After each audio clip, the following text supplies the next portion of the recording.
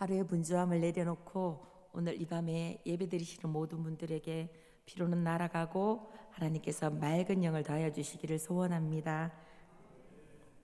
추워서 움츠린 시간이 얼마 되지 않은 것 같은데 곳곳에 꽃잎이 꽃빛처럼 날리는 걸 보면서 반복되는 계절의 변환, 또 하나님의 시간표는 어김없이 지나가고 있다는 생각을 하게 됩니다. 오늘 이 시간 여러분과 나눌 말씀은 예수님의 동생 야고보가 로마 제국 안에서 흩어져 사는 유대인들, 곧 그리스도교로 개종한 유대인들에게 보낸 것이고, 개종을 했다는 이유로 이들은 다른 유대인들에게 재산을 빼앗기고 수모를 겪는 온갖 박해와 억울함을 겪고 있었습니다. 야고보는 그러한 고난 속에서도 믿음을 굳게 지켜나가야 된다고 당부하고 있습니다. 그리고 유혹을 받거나 시련을 당하거나 또 교회 안에서 사람을 차별하고 남을 헐뜯고 속이는 여러 가지 어려운 문제가 생길 때 세상 사람이 아닌 신앙인으로서 어떻게 대처해 나갈 것인가를 이야기해주고 있습니다. 야고보 사도는 각 지역에서 예수님을 믿는다는 이유만으로 어려움을 당하는 주님의 백성들이 어떻게 살아가야 하는가를 이야기하고 있습니다. 세상 속에서 세상 사람들과 별반 다를 바 없이 살아간다면 전혀 문제될 것이 없지만, 세상과 섞이지 않고 구별된 거룩한 삶을 살려고 몸부림치는 성도들에게 낙심하지 않고 인내하며 지혜를 주시는 주님께 삶의 안내를 구하며 의심하지 않고 심지가 견고한 사람이 되어야 한다고 이야기합니다.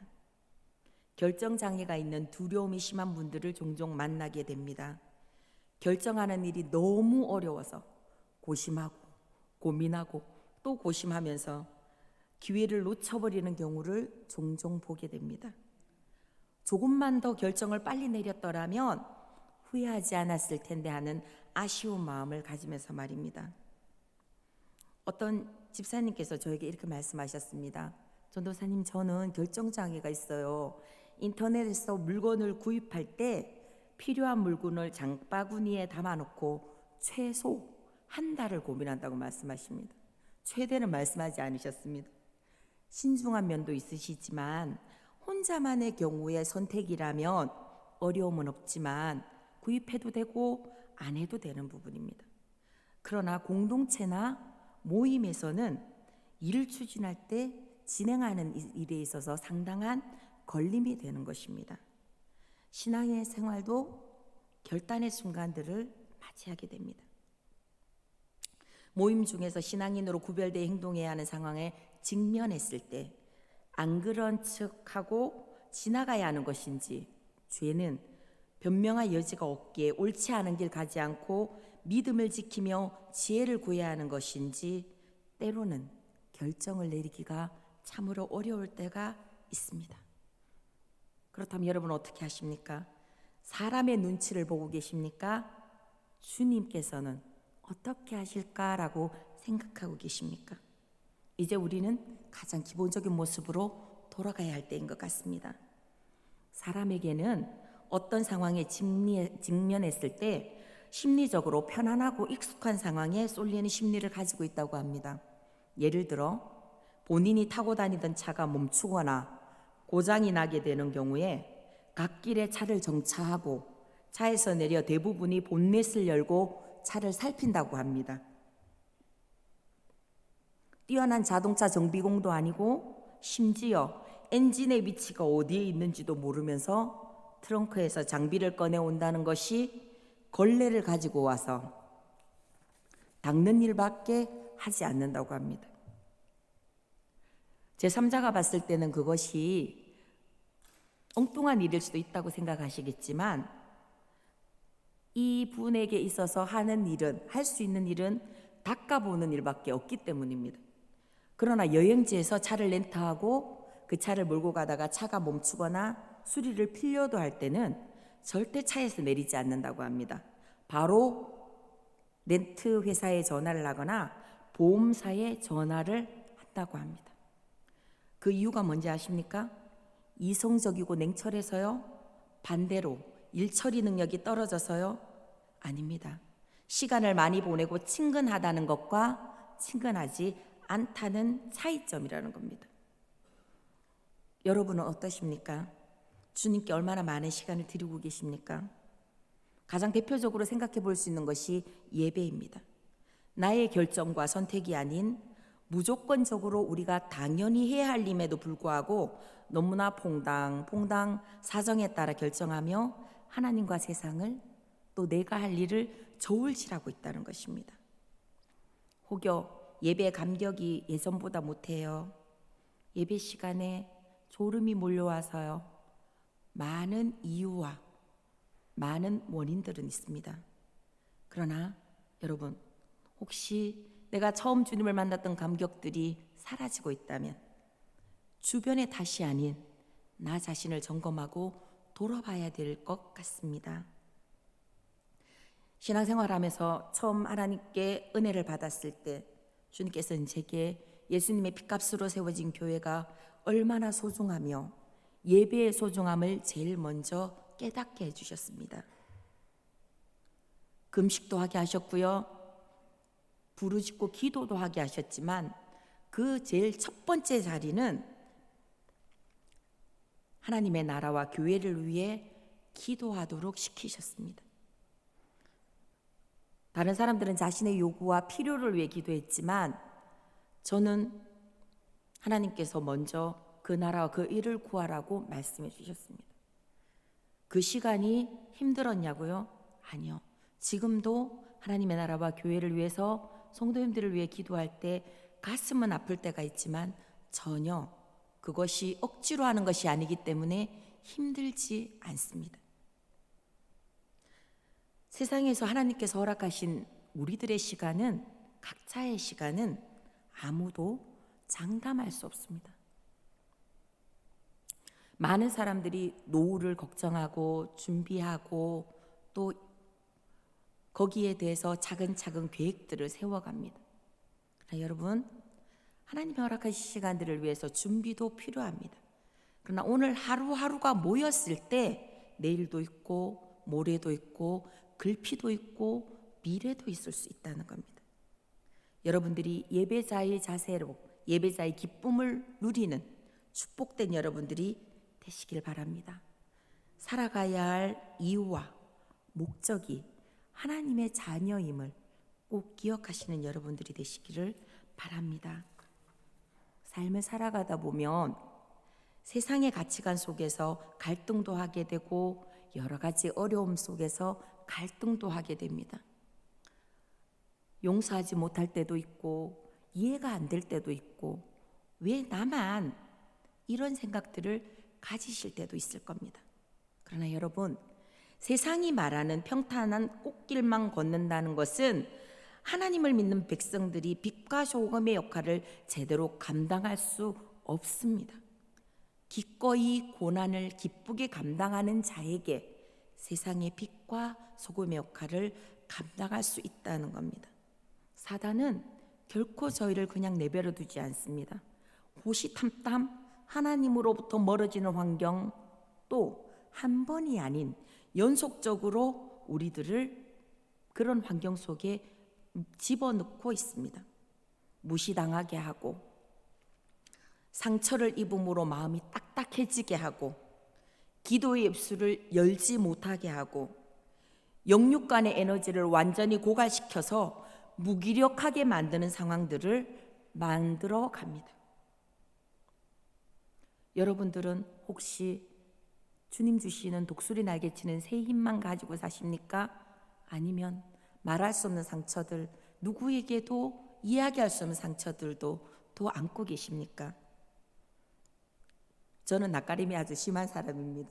제가 이 말하면 아무도 안 믿어주시는데 사실입니다. 모르는 사람 앞에서는 할 말이 생각나지 않습니다. 그래서 목사님들과 있을 때가 제일 재미나고 또 성도님들과 함께 있을 때가 제일 재미납니다.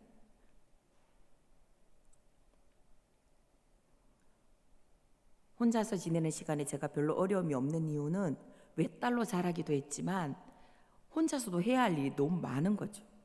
일을 잘 못해서일 수도 있고 또 혼자서 어떤 일을 할 때 너무 집중할 수 있는 것이 재밌기 때문입니다. 그런데 여러분, 우리 속에 주님의 일만 할 수 있는 순수함만 유지되는 환경들이 결코 주어지지 않습니다. 영적 특공 훈련을 예전에 받았다는 분들도 아차 하는 순간에 하나님과 멀어지게 되어 있는 모습을 보게 된다는 겁니다. 그리고 주님과 온전히 대화할 수 없고 만날 수 없는 불순물들이 금세 채워지게 됩니다. 이쯤이야, 이 정도까지면 이제 되겠지 생각하실 수 있으시겠지만 영적 세계는 결코 이쯤이 없습니다. 날마다 나를 쳐서 주님의 말씀에 복종시키며 살아가는 것이 우리가 주님 앞에서 해야 할 모습이라는 겁니다. 혹여 가족들 간에 내 탓이요, 내가 더 섬기지 못했지가 아니라 당신 때문에, 당신이 아니었다면 이라고 원망하는 마음을 가지고 계시지 않습니까? 공동체 간의 말로 이죽거리며 놀림을 삼고 편을 만들고, 그리고 자신도 모르는 사이 이 일들에 휩쓸려서 하나님의 형상을 입은 형제자매의 가슴을 아프게 하고 그것도 깨닫지 못하고 무시하고 살고 계시진 않습니까? 조금은 서툰 형제자매를 보고 그것도 모르냐고 아무렇게나 이야기하고 하나님의 기준이 아닌 내 기준에서 낮은 형제와 부한 자, 높고 낮음의 점수를 매기고 있지 않으십니까? 분명히 하나님의 이름을 부르는 형제자매인데도 받은 은혜가 다른지 깨달음이 다른 것인지 나타나는 열매는 제각각이라는 것을 보게 됩니다. 제가 살아가는 일상은 제한적이고 반복적이며 별반 변화가 없으며 같은 패턴이 반복될 때가 참으로 많습니다. 그런데 성도님들의 이야기를 들으면서 울산에 갔다가 서울에도 갔다가 전국적으로 여행도 갔다가 세계의 이야기를 들으면서 사람 살아가는 것 별거 없고 하나님의 은혜가 아니면 아무것도 아니라는 고백받 것이 할 것이 없다는 생각을 하게 됩니다.